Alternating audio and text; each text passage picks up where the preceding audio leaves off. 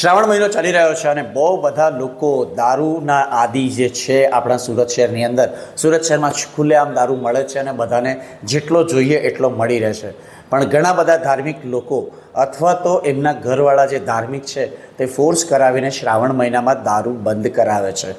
ઘણા પોતાની ઈચ્છા પ્રમાણે બંધ કરે છે, ઘણા બીજાના દબાણમાં આવીને એટલીસ્ટ આ મહિના પૂરતું દારૂનું વ્યસન ઓછું કરી નાખે છે અથવા તો બંધ કરી દેશે. તેવી વખતે એમને ઇનિશિયલી થોડીક તકલીફો પડતી હોય છે, જેવી કે હાથમાં ધ્રુજારી આવવી, કન્ફ્યુઝન પેદા થવું, અકારણ ગુસ્સો આવવો, માથાનો દુખાવો થવો અને આલ્કોહોલ એટલે કે દારૂ પીવાની વધારે ને વધારે ઈચ્છા થવી.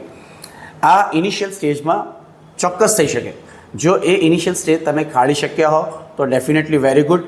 અને જો ન ખાળી શકાતું હોય, રાત્રે ઊંઘમાં પણ તકલીફ થતી હોય, ઉલટી ઉપકા જેવું સવારના પોરમાં લાગતું હોય તો ડેફિનેટલી સાયકિયાટ્રિસ્ટની મદદ લઈને આ બધા વિડ્રોલ સિમ્ટમ્સ પર કંટ્રોલ કરી શકાય છે.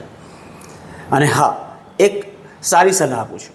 જો શ્રાવણ મહિના નિમિત્તે આપણે બંધ કર્યું છે તો એ સમયગાળો વધારી પણ શકાય, આખું વર્ષને પણ શ્રાવણ ગણી શકાય. કારણ કે દારૂ કોઈપણ રીતે શરીર માટે હાનિકારક હોય છે.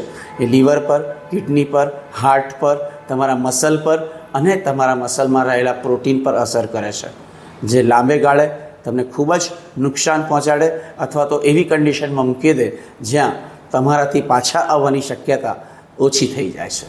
ધન્યવાદ.